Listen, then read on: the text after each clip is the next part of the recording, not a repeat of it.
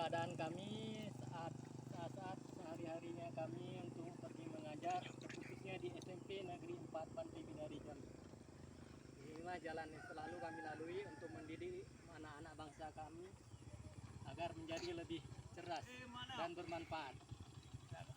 Oke, mari kita jalan. Yuk kita lihat jalan, situasi kondisi jalan.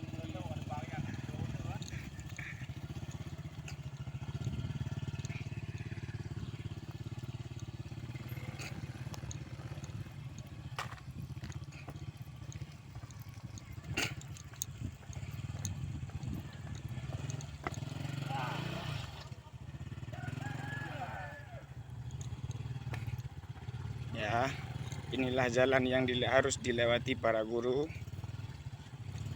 Berlumpur dan beresiko berat.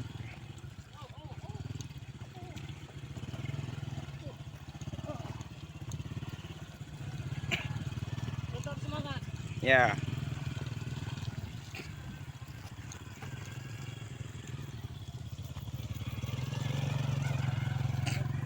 Ya, alhamdulillah sudah bisa kita lewati satu titik jalan yang sangat rusak ya.